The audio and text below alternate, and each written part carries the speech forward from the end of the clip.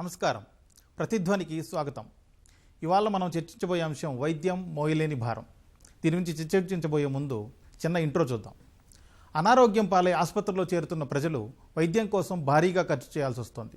గ్రామాల్లో కంటే నగరాల్లో ఈ ఖర్చులు మరింత అధికం. మహిళల కంటే పురుషుల వైద్యానికి ఎక్కువ ఖర్చు చేస్తున్నారు.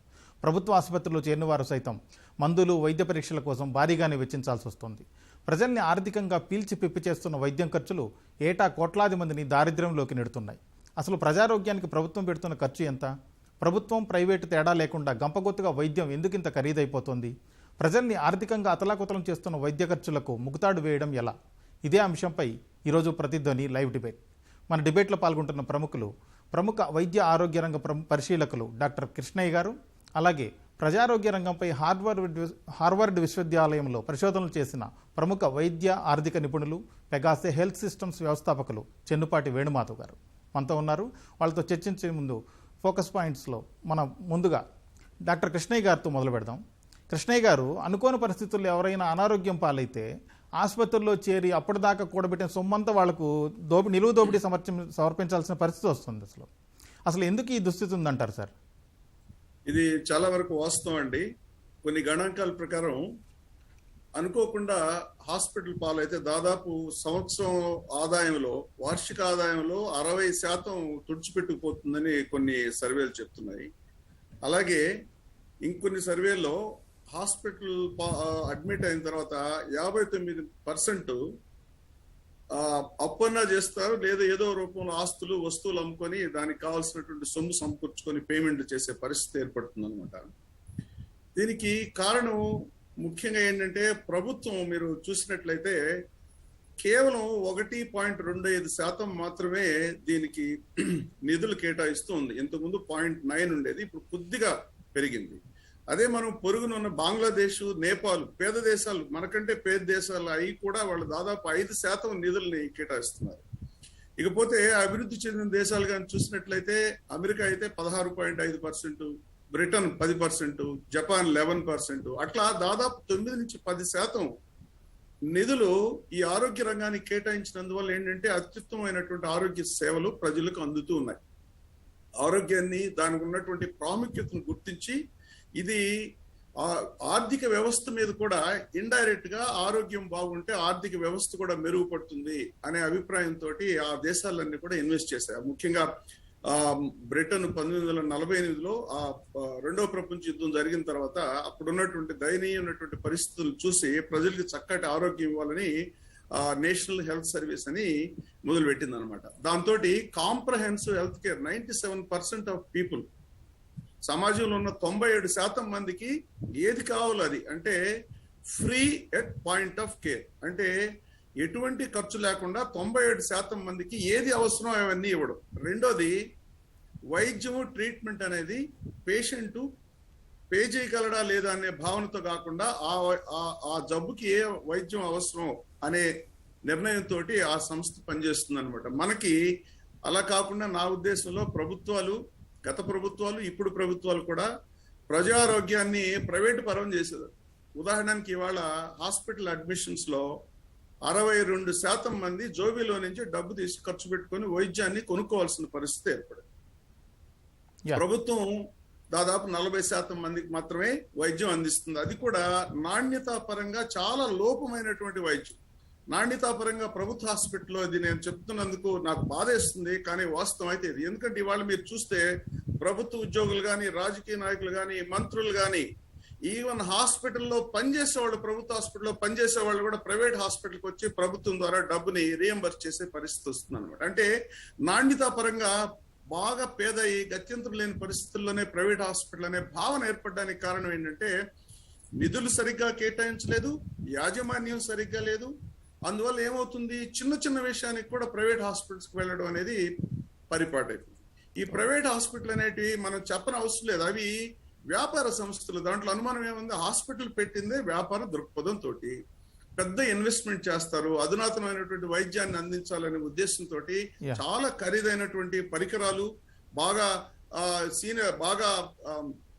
అనుభవం ఉన్నటువంటి డాక్టర్లను పెట్టి మంచి సిబ్బంది పెట్టి మంచి వైద్యాన్ని ఇస్తున్నది వాస్తవమే, కానీ ఇది ఖరీదు అవుతుంది. మన దేశంలోనే కాదు, ప్రపంచంలో కూడా, అమెరికా లాంటి దేశంలో కూడా ఈ వైద్యం అనేది చాలా ఖరీదైన వ్యవహారం. కాకపోతే ఇక్కడ కొంచెం దుర్వినియోగం జరుగుతుంది అనమాట. దుర్వినియోగం అంటే అవసరం లేకపోయినా కూడా కార్పొరేట్ హాస్పిటల్కి వెళుతున్నారు. అది దాన్ని మార్చాలి, తర్వాత మాట్లాడుకుందాం దాన్ని. ఓకేనండి. చెన్నుపాటి వేణుమాధవ్ గారు, అసలు ఇప్పుడు డాక్టర్ గారు చెబుతున్నారు మన రాష్ట్ర ప్రభుత్వం కానీ కేంద్ర ప్రభుత్వాలు కానీ ప్రజారోగ్యాన్ని ఖర్చు పెడుతుంది కేవలం 2% మాత్రమే. ఇట్లాంటి పరిస్థితుల్లో ప్రజలు వైద్యం కోసం ప్రైవేట్ ఆసుపత్రులపైన ఆధారపడాల్సి వస్తుంది. అసలు ఈ పరిస్థితి మారాలంటే ఏం చేయాలంటారు? అవును సార్, యాక్చువల్లీ కృష్ణ గారు చెప్పింది కరెక్టే. మనం యాక్చువల్లీ జీడిపిలో 1.25% మాత్రమే హెల్త్కి స్పెండ్ చేస్తాం. లైక్ డెవలప్ కంట్రీస్ ఎక్కువ స్పెండ్ చేస్తున్నాయి. ఆ 1.25లో కూడా శానిటేషన్, వాటర్ ఇవి కూడా యాడ్ చేసేస్తున్నారు. So actually they are spending less than 1% of GDP. So అది ఏమవుతుందంటే సార్, మనకి Krishna garu also told that out of the pocket expenses అంటాం సార్ దాన్ని, అండ్ డేటా అనాలిసిస్లో out of the pocket expenses ఏమవుతున్నాయి అంటే, మీకు ఎవరైతే టిపికల్గా 50 to 60% of their salaries, low income వాళ్ళ శాలరీస్ వెళ్ళిపోతున్నాయి అందులోకి. సో టిపికల్గా ఇప్పుడు మన బడ్జెట్స్ చూసుకుంటే ఆంధ్రప్రదేశ్, తెలంగాణ చూసుకుంటే, Telangana is around 6,000 crores and Andhra is around 9,000 crores for health. So ఈ డబ్బులన్నీ ఎక్కడికి వెళ్తున్నాయి అనేది అందరి question. So basically what's happens is 50% of the money goes to the establishments. So existing infrastructure వీటిని సపోర్ట్ చేయటం వీటికి వెళ్తున్నాయి. మిగతావన్నీ ఎగ్జిస్టింగ్ స్కీమ్స్ ఉంటాయి కదా సార్, మలేరియా స్కీమ్ అని, కాలరా స్కీమ్ అని, ఈ స్కీమ్స్లోకి వెళ్తున్నాయి. అండ్ దెన్ 104, 108 మన కేసీఆర్ కిట్స్ అని తెలంగాణలో there is a lot of schemes related money వెళ్తుంది. సో యాక్చువల్గా గ్రౌండ్కి వెళ్ళేసరికి మన public health, primary health, preventive health మీద చాలా తక్కువ ఖర్చు అవుతుంది. దానికి ఏంటంటే, unless we increase the spending of GDP from 1.5 to 2.5, అది 2025 చేస్తానంటున్నారు. Unless we increase that spending, మనము ఈ ప్రివెంటివ్ హెల్త్ ఇప్పుడు ఇవన్నీ మనం స్ట్రెంథన్ చేసుకోలేదనుకోండి. బేసికల్గా ఇప్పుడు కోవిడ్లోనే చూసాం కదా సార్, టెస్టుల కోసం మనం 2 months వెయిట్ చేసాం. టెస్ట్ సరే కిట్స్ ఉన్నాయి, మళ్ళీ ల్యాబ్స్కి వెళ్ళడానికి మళ్ళీ ఇంకో 1 month. So in 2020.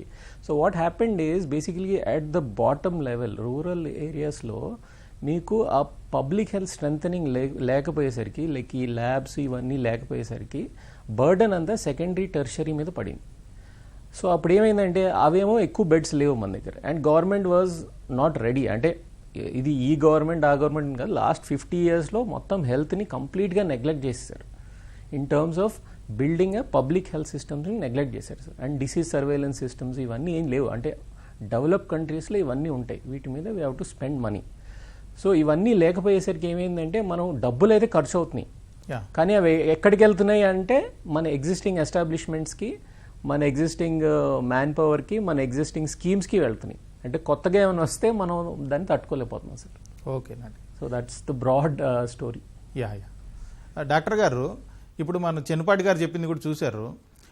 అలాగే ప్రైవేట్లో అయితే ఇలా ఉంది, చాలామందికి ఎక్కువ ఖర్చు చేస్తున్నారు అనే పరిస్థితి ఉంటుంది. కానీ కొన్ని చోట్ల ప్రభుత్వ ఆసుపత్రులు చేరినప్పటికి కూడా మందులని, రకరకాల టెస్టులని అక్కడ అందుబాటులో లేకపోవడం, బయటికి వెళ్లాల్సి రావడం, దీనివల్ల చాలామంది చిన్న చిన్న కుటుంబాల వాళ్ళు అప్పులు పాలయ్యే పరిస్థితి ఉంటుంది.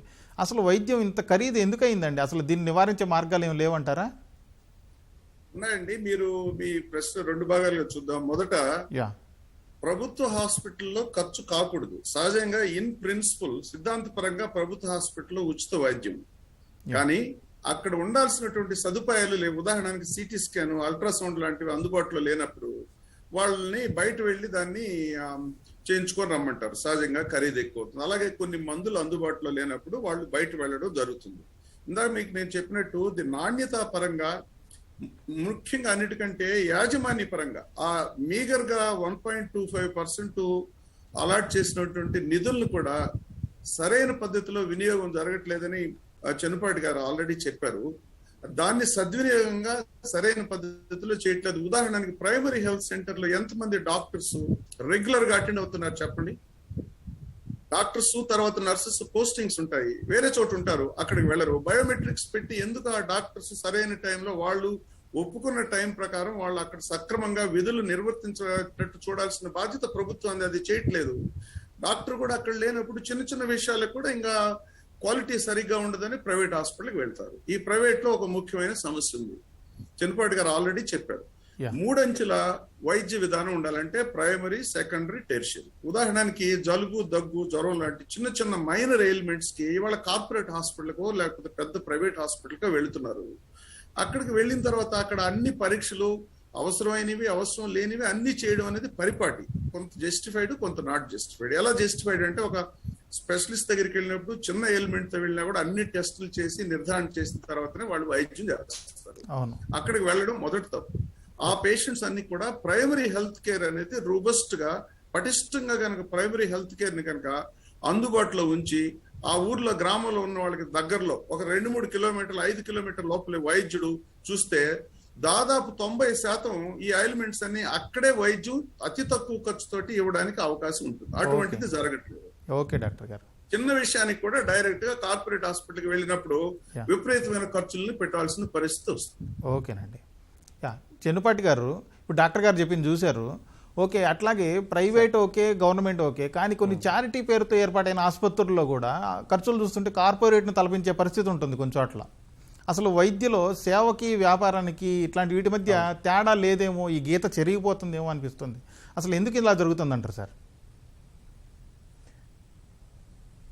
సార్ యాక్చువల్గా మీరు చెప్పిన దాంట్లో చాలా వ్యాలిడ్ పాయింట్ ఉంది, కానీ అన్ని చారిటీ ఆర్గనైజేషన్స్ లేవు. కొన్ని చారిటీ ఆర్గనైజేషన్స్ నేను కూడా కొన్ని అన్నాను సార్. కొన్ని ఏంటంటే sir there are 2 things. Continue. అదే సార్. సో కొన్ని ఏంటంటే సార్ బేసికల్గా ఇప్పుడు సమ్ చారిటీ ఆర్గనైజేషన్స్ యాక్చువల్లీ ఎందుకు స్టార్ట్ చేశారంటే for tax evading purposes, to be very honest. మన లేటెస్ట్ క్యాగ్ రిపోర్టే చెప్పింది దట్ చాలా చారిటబుల్ ఆర్గనైజేషన్ స్టార్ట్ చేసిందే ట్యాక్స్ ఎవేషన్ కోసం అని. నెక్స్ట్ ఏమవుతుందంటే సార్, ఈ చారిటబుల్ ఆర్గనైజేషన్స్లో కూడా సెకండ్ ఏమవుతుందంటే మీరు లేటెస్ట్ ఎక్విప్మెంట్ కానీ ఏమన్నా తీసుకొచ్చినా, లైక్ ఫస్ట్ కృష్ణయ్య గారు చెప్పినట్టు ఒక హాస్పిటల్ మనం పెడితే 300-400 కోట్లు అవుతున్నాయి సార్. చారిటబుల్ హాస్పిటల్ పెట్టినా అన్నే డబ్బులు అవుతున్నాయి. సో హాస్పిటల్కి జెస్టేషన్ పీరియడ్ ఉంటుంది సార్. అంటే ఒక హాస్పిటల్ పెట్టినాక మనకి 8 ఏళ్ల తర్వాత, 6 ఏళ్ల తర్వాత మనకి పెట్టిన డబ్బులు తిరిగి వస్తాయి. సో చారిటీ వాళ్ళు కూడా ఇప్పుడు లెట్సే ఒక 150 కోట్లు, 200 కోట్లు పెట్టి పెద్ద హాస్పిటల్ కట్టారనుకోండి, వాళ్ళు ఏమంటున్నారంటే ఇప్పుడు మన క్వాలిటీ ఇవ్వాలి అంటే మంచి డాక్టర్లు తీసుకోవాలి. మంచి డాక్టర్లు తీసుకోవాలంటే వాళ్ళకి ఎక్కువ రేట్ ఇవ్వాలి. ఇప్పుడు సిటీ స్కాన్ మెషిన్స్ ఉన్నాయి, అవి 3 టెస్లా తీసుకోవాలి. ఎంఆర్ఐ మెషిన్స్ 2 టెస్లా తీసుకోవాలి. క్వాలిటీ తీసుకోవాలంటే రేట్ పెరుగుతుంది. రేట్ పెరుగుతుంది అంటే మనం కస్టమర్ మీద వేస్తున్నాం. సో చారిటీ అంటే ఏం లేదు సార్, బేసికల్గా అంటే వాళ్ళు బిల్డింగ్ కాస్ట్, రెంట్ కాస్ట్ తగ్గిస్తున్నారు, కానీ మిగతా ఏవైతే medical equipment cost, doctor cost ఇవన్నీ ఉన్నాయో అవి మాత్రమే అలాగే ఇవ్వాలి కదా సార్. అవి పాపం వాళ్ళు అంటే వాళ్ళ తరఫు కూడా మాట్లాడితే, so there are some amount which they are also spending, which they are taking, which there are 2 aspects to it. So basically ఒకటి tax evasion, other one is the increase in medical cost, అంటే medical equipment cost, doctor cost or the service cost ఎక్కువైపోయింది కాబట్టి అది కూడా చేస్తున్నారు. ఓకేనండి. Doctor Krishnaiah గారు, ఇప్పుడు చాలామంది కారణం ఏదైనప్పటికీ కార్పొరేట్ ఆసుపత్రుల వైపే మొగ్గు చూపుతున్నారని మీరు చెప్పారు, చెన్నుపాటి గారు అన్నారు, మన చర్చలో చర్చించాం. అయితే అక్కడ చేరుతున్నప్పుడు చోట మందులు లేకపోతే వైద్య పరీక్షలు వీటికి అవుతున్న ఖర్చు ఒక ఎత్తు అయితే, పడకలు, ఇతర అమ్యూనిటీస్ వీటి ఛార్జీలు ఇంకా అంతకంటే 2 ఇంతలు ఉంటున్నాయి. అసలు దీన్ని మార్చాలంటే సాధ్యమవుతుందంటారా ఈ పరిస్థితిని? వీలు అవుతుందండి. ఎందుకంటే మీరు చెప్పింది వాస్తవం. మందులు అనేవి హాస్పిటల్ చేతిలో ఉండదు, మందుల ధరలు కానీ. అలాగే వైద్య పరికరాలు ఖరీదైన పరికరాలు అయినప్పుడు దాంతో చేసే పరీక్షలకు కూడా ఖరీదు ఎక్కువ ఉంటుంది. కానీ రూము రెంట్లు, తర్వాత హాస్పిటల్లో ఉన్నటువంటి నివాసానికి సంబంధించిన ఛార్జీలు అనేవి చాలా వరకు హాస్పిటల్ చేతిలోనే ఉంటుంది. ఇందులో ప్రభుత్వం జోక్యం చేసుకొని దాన్ని కొంతవరకు అదుపులో చేయాల్సిన బాధ్యత ఉంది. అయితే ఇక్కడ ముఖ్యంగా ఒక విషయం గమనించాలి. ప్రభుత్వం అలా చేయకుండా ఏం చేస్తుంది, దీన్ని కమర్షియల్ కింద చూస్తుంది అనమాట. ఇప్పుడు హాస్పిటల్ అనేది అదొక ఇండస్ట్రీ. హాస్పిటల్ ఎలక్ట్రిసిటీని మామూలుగా మనకి పారిశ్రామిక పరంగా ఏ విధంగా అయితే ఛార్జెస్ చేస్తారో అటువంటి ఛార్జెస్, తర్వాత అక్కడ ఉన్నటువంటి విధి విధానాలు, రూల్స్, రెగ్యులేషన్స్ అన్ని కూడా ఒక లాభాపేక్షతో చేసినటువంటి సంస్థకి ఎటువంటి చట్టాలు వర్తిస్తాయో అవన్నీ హాస్పిటల్కి వర్తిస్తాయి. కాబట్టి హాస్పిటల్ మేనేజ్మెంట్ జస్టిఫైడ్ అనమాట దాన్ని ఎక్కువ చేసుకోవడానికి. ఆ విధంగా చూసినా కూడా చాలా ఎక్కువ, హోటల్స్ తో కంపేర్ చేస్తే ఎక్కువ అవుతుంది. దానికి తోడు రూమ్ రెంట్ తోటి మిగతా అన్ని ఛార్జీలు అదనం. అటువంటిప్పుడు తప్పనిసరిగా ఇది ఒక ఇష్యూ. దాని మీద ఒక విధి విధానాలు అనేది ఏర్పాటు చేయాలి. ఎలా విద్య మీద, వైద్యం మీద ప్రభుత్వం అనేది కొంత అజమాయిషి ఉండాల్సిందే. ఎందుకంటే ఇది పూర్తి లాభాపేక్షతో చేయాల్సినటువంటి పనులు కాదు కాబట్టి తప్పనిసరిగా ముఖ్యంగా సమాజాన్ని ఓవరాల్ గా దృష్టిలో ఉంచుకొని ప్రభుత్వం జోక్యం చేసుకొని కొంతవరకు అదుపు చేయాలి. నెంబర్ 1. నెంబర్ 2, అన్ని హాస్పిటల్లో గ్రేడింగ్ లాగా చేయాలన్నమాట. అటువంటిది ఏం లేదు మనకి. ఈ గ్రేడ్ లో ఇప్పుడు మన హోటల్స్ లో ఎలాగైతే 3 స్టార్ 4 స్టార్ 5 స్టార్ అంటారో అని దాన్ని బట్టి ఛార్జెస్ ఎలా ఉంటాయో అటువంటి అంటూ ఏమి లేవు. ఎవరు ఎలా విచ్చలవిడిగా కావాల్సినట్టు వాళ్ళ రూముల్ని రెంట్ పెంచుకునే అవకాశం ఉంది. దాన్ని తప్పనిసరిగా అదుపు చేయాలి. అలాగే జస్టిఫికేషన్ ఆడిట్ చేయాలి. నా ఉద్దేశం ఏంటంటే మెడికల్ గా ఇలా ఎందుకు అవుతుందంటే తప్పనిసరిగా ఆడిట్ చేసి ఎక్కడ పొరపాటు జరుగుతుందని గుర్తించి దాన్ని సరి చేయాల్సిన అవసరం ఉంది. ఓకేనండి. వేణుమాధవ్ గారు, ఇప్పుడు ప్రైవేట్లో చూస్తే వైద్యం కానీ డాక్టర్ల ఖర్చు, మందుల ఖర్చులు ఇవన్నీ ఎక్కువ అనేది అందరికీ తెలిసిందే. అయితే ప్రభుత్వ హాస్పిటల్లో కూడా మందులు, ఇతర వైద్య పరీక్షల పేరుతోటి చాలా ఖర్చు అవుతున్న పరిస్థితి ఉంటుంది. అక్కడ సౌకర్యాలు లేకపోవడం, ఇతరత్ర రకరకాల కారణాలతో. అయితే ఈ వైద్యం ఇంత భారంగా మారకుండా ఉండాలంటే ఏం చేయాలంటారు? దీనికి ఏమైనా పరిష్కారం ఉందా అసలు?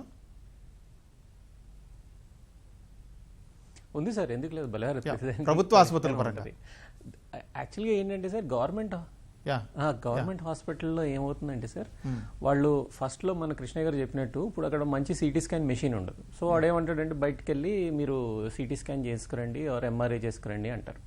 సో మనకి ఏమవుతుందంటే కపుల్ ఆఫ్ థింగ్స్ సార్. ఒకటి, గవర్నమెంట్లో ఉన్న ఎగ్జిస్టింగ్ ఇన్ఫ్రాస్ట్రక్చర్ ఏదైతే ఒకటి అప్గ్రేడ్ చేయాలి. నెక్స్ట్ ఏమవుతుందంటే అప్పుడు ఆ పాత సిటీ స్కాన్ మెషిన్స్ ఏవైతే దానికి మెయింటెనెన్స్ వీటికి రెగ్యులర్గా అవ్వవు సార్. నేను ఒక ఆంధ్రప్రదేశ్లో 165 ప్రాథమిక ఆరోగ్య కేంద్రాలు మనం రన్ చేసాం 2014 to 19. అప్పుడు I was speaking to one doctor, ప్రాథమిక ఆరోగ్య కేంద్రంలో, సార్ మీరు ఎందుకు అంటే గవర్నమెంట్ నుంచి ఈ ఆరోగ్య కేంద్రానికి ఎందుకు రావట్లేదు అని క్యాజువల్గా అడిగినప్పుడు, సార్ నేను వస్తాను కానీ అక్కడ ఎక్విప్మెంట్, మెడిసిన్ నాకు టైంకి వస్తా. ఓకే. సో ఈ సింకింగ్ అనేది మనం ప్రాపర్గా చేయాలి సార్. ఓకే. సో ఇప్పుడు మనం not just man power but also equipment, but also medicines, అవన్నీ ఇప్పుడు ఆ డాక్టర్ వెళ్ళి కూర్చుని మెడిసిన్స్ లేకపోయినా జనాలకి ఇబ్బందే కదా సార్. అవును. సో ఏమవుతుందంటే ఇది ఇప్పుడు గవర్నమెంట్ హాస్పిటల్లో కూడా ఎక్విప్మెంట్ సరిగ్గా మనం మెయింటైన్ చేయట్లేదు సార్. మెయింటైన్ చేయనప్పుడు ఏమవుతుందంటే డాక్టర్స్ బయట రెఫరల్ రాసేస్తున్నారు, ఈ ల్యాబ్స్కి వెళ్ళి చేసుకురండి, మరి ఇమీడియట్గా మరి క్యూర్ కావాలి కదా సార్. అవును. సో అలా ఏమవుతుందంటే వీళ్ళు బయటికి రాయకుండా మనం ఇంటర్నల్గా కంట్రోల్ చేయొచ్చు. అంటే మనం ఈ సిస్టమ్స్ అన్ని బాగు చేసుకుంటే మనం ఇంటర్నల్గానే దాన్ని కంట్రోల్ అండ్ అప్గ్రేడ్ కూడా చేయాలి సార్. మెడికల్ ఎక్విప్మెంట్ అప్గ్రేడ్ చేయడం కూడా చాలా ఇంపార్టెంట్ కదా సార్. ఓకే. ఆ దిశగా ఏమన్నా మన తెలుగు రాష్ట్రాల్లో అసలు అడుగులు పడుతున్నాయి అంటారు అప్గ్రేడ్ చేసే దిశగా వేణుమాధవ్ గారు? సార్ మన ఎంటైర్ ఇండియాలో ఇదే ఒకటే ప్రాబ్లం సార్. ఫస్ట్ అసలు బిల్డింగ్ కట్టేస్తారు, ఎక్విప్మెంట్ పెట్టేస్తారు, మెయింటెనెన్స్కి మాత్రం డబ్బులు బడ్జెట్లో పెట్టరు. అంటే not just AP Telangana, entire ఇండియాలో ఇదే ప్రాబ్లం ఉంది సార్. ఓకే. సో మీరు కడపలో నేను ఒక హాస్పిటల్లో చూసాను, MRI scanner it was just plastic బ్యాగ్లో కట్టేసి ఉంది. ఏంటంటే దానికి మిగతా పార్ట్స్ రాలేదు. నేను చెప్పేది 2014-15 టైమింగ్లో సార్. ఓకే. సో అలా ఏమవుతుంది అంటే అలా ఎక్విప్మెంట్ ఉండి కూడా వాళ్ళు పాపం చేయలేరు. సో వాళ్ళు బయటికి రెఫరల్ చేస్తారు. ఓకే. ఓకే. సో ఆపరేషన్స్కి వాళ్ళు సపరేట్గా బడ్జెట్ చేయాలి sir. There has to be a committee which looks in to all of these things and make sure that all the lab equipment, ఈ operation equipment all are running properly. దానికి separate budgets allocate చేయాలి sir. ఓకేనండి. ఇప్పుడు అవట్లేదు. Okay sir. Krishnaiah గారు, ఇప్పుడు చూస్తే వైద్య ఖర్చుల వల్ల దేశంలో సంవత్సరానికి 5.5 కోట్ల మందికి పైగా ఆర్థికంగా చాలా దెబ్బతింటున్నారు, చితికిపోతున్నారని చెప్పి మన కేంద్ర ప్రభుత్వం నివేదికలే చెబుతున్నాయి. అసలు ఈ విపత్కర పరిస్థితిని నిలువరించే మార్గం ఏమన్నా ఉందా? ఆ దిశగా ప్రభుత్వాలు ఏమన్నా చేస్తున్నాయంటారా? ప్రభుత్వాలు చేస్తున్నాయి కానీ చాలా తక్కువ అండి. 0.9% నుంచి 1.25% మాత్రమే పెంచగలిగారు చాలా దాదాపు 10 సంవత్సరాల్లో. ఇది 3% వరకు పెంచుతామని ప్రణాళికలు అయితే రచించున్నారు కానీ నా ఉద్దేశంలో 3% కూడా సరిపోదు. ప్రభుత్వాలు ఉచితాలు అని చెప్పి అలా ఇచ్చేదానికంటే ఆరోగ్యపరంగా కావాల్సినటువంటి రక్షణ, దానికి కావాల్సినటువంటి ఏర్పాట్లు చేయగలిగితే ఉత్పాదకత పెరుగుతుంది, తర్వాత ఆరోగ్య పరిస్థితి మెరుగుపడుతుంది. ఆ దిశగా దృష్టి సారించాల్సింది చేయట్లేదని నా అభిప్రాయం. ఆ మీగర్ గా చాలా తక్కువగా పెంచే బడ్జెట్ సరిపోదు. ఆ బడ్జెట్ కంటే కూడా నా ఉద్దేశంలో యాజమాన్య పద్ధతులు ఉన్నాయి చూసారు, ఆ పెట్టినటువంటి అలాట్ చేసినటువంటి మీగర్ ఫండ్స్ ను కూడా సరైన పద్ధతిలో ప్రభుత్వాలు వినియోగించట్లేదు. ఉదాహరణకి ఇందాక మీకు చెప్పినట్లు మూడంచెల వ్యవస్థ కావాలి, ప్రైమరీ, సెకండరీ, టెర్షరీ. ఈ ప్రైమరీ ఆరోగ్య వ్యవస్థను మాత్రం రోబస్ట్ గా తయారు చేసి చేయగలిగినట్లయితే టెర్షరీ సెంటర్స్ మీద ఒత్తిడి తగ్గుతుంది. ఇప్పుడు ఉదాహరణగా మన హైదరాబాద్ లో చూసినట్లయితే చిన్న హెడేక్ తోటి నిమ్స్ హాస్పిటల్కి వెళ్తారు పేషెంట్స్. అవుట్ పేషెంట్లు చూస్తే మెజారిటీ చాలా ట్రివియల్ ప్రాబ్లమ్స్ తోటి వస్తారు. అక్కడ ఉన్నటువంటి అత్యాధునిక పరికరాలు అయితేనేమి, ఎస్టాబ్లిష్మెంట్ అయితేనేమి, అక్కడ ఉన్నటువంటి బాగా నిపుణులైన సిబ్బంది, డాక్టర్లు, వీళ్ళందరూ యొక్క నైపుణ్యాన్ని, ఆ వనరుల్ని సరిగ్గా ఉపయోగించుకోవట్లేదు. నా ఉద్దేశంలో ఇటువంటి వాళ్ళు అక్కడికి వెళ్ళకూడదు. వాళ్ళు ఆ పేషెంట్లు 190 మందిని వాళ్ళ ఇంటికి దగ్గరలోనే ట్రీట్మెంట్ ఇవ్వచ్చు. అక్కడ డాక్టర్ చూసి అక్కడి నుంచి ఏదన్నా సమస్య ఉన్నట్లు గుర్తించిన తర్వాత సెకండరీ హాస్పిటల్కి పంపించాలి. టెర్షరీ హాస్పిటల్లో చాలా క్లిష్టమైనటువంటి వైద్యం ఎవరు చేయలేని పరిస్థితుల్లో డాక్టర్ రెఫరల్ తోటి వెళ్ళాలి. ఇప్పుడు మీరు ఇది నేను కొత్తగా కనుక్కొని, we don't have to reinvent the wheel, well established concept. ఉదాహరణకి ఇంగ్లాండ్ లోనే మీరు ఇందాక అడిగారు నేషనల్ హెల్త్ సర్వీస్ లో. నేషనల్ హెల్త్ సర్వీస్ లో ఇటువంటి సిస్టమ్ చాలా రోబస్ట్ గా ఉంటుంది. జనరల్ ప్రాక్టీషనర్ చూడకుండా పేషెంట్ హాస్పిటల్ కి వెళ్ళడానికి లేదు, ఎమర్జెన్సీ అయితే తప్ప. ఆ జనరల్ ప్రాక్టీషనర్ చూసి తగువైన వైద్యం ఇచ్చి అతనికి వీలు కాకుండా ఏదో సమస్య ఉందనుకున్నప్పుడే స్పెషలిస్ట్ దగ్గరికి రెఫర్ చేయడం జరుగుతుంది. అప్పుడు ఏమవుతుంది, వనరులు సరిగ్గా సద్వినియోగం అవుతాయి, ఎక్కువ మందికి కవరేజ్ ఉంటుంది. ఈ టెర్షరీ హాస్పిటల్స్ లో ఉన్నటువంటి ఎస్టాబ్లిష్మెంట్ వల్ల సద్వినియోగం అవుతాయి.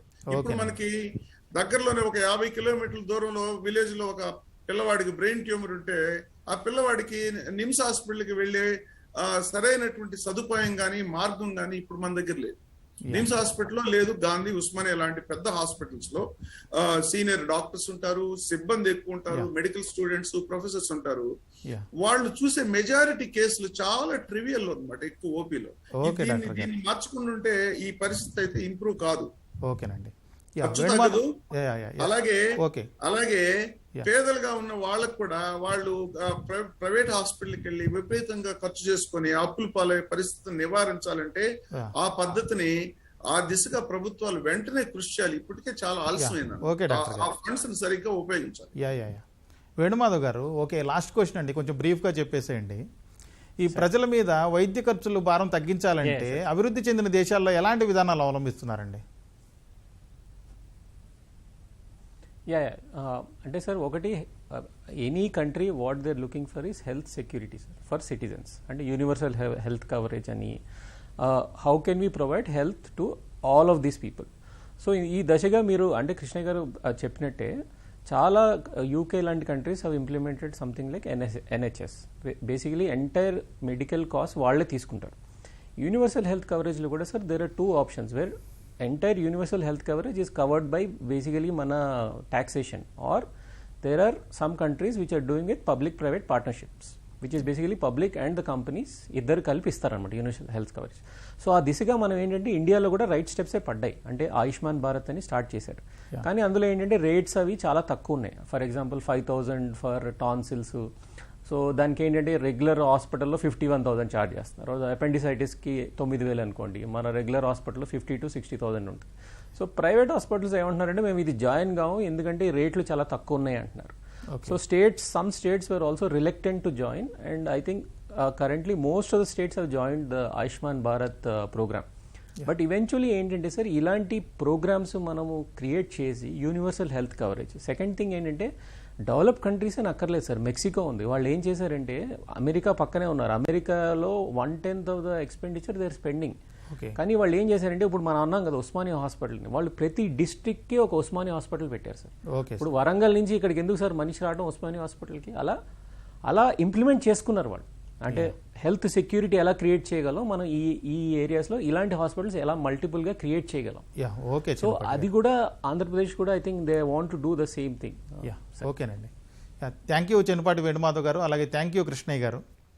మన చర్చలో పాల్గొన్న నిపుణులు చెబుతున్న దాని ప్రకారం ప్రభుత్వాలు వైద్యశాలలు ఏర్పాటు చేసి చేతులు దులుపుకోకుండా దాని నిర్వహణ ఖర్చులు కూడా పూర్తి స్థాయిలో కేటాయించినప్పుడే వైద్య వ్యవస్థ బాగుపడుతుందని, అప్పుడే ప్రైవేట్ ఆసుపత్రులను కూడా కంట్రోల్ చేయొచ్చు అని అంటున్నారు.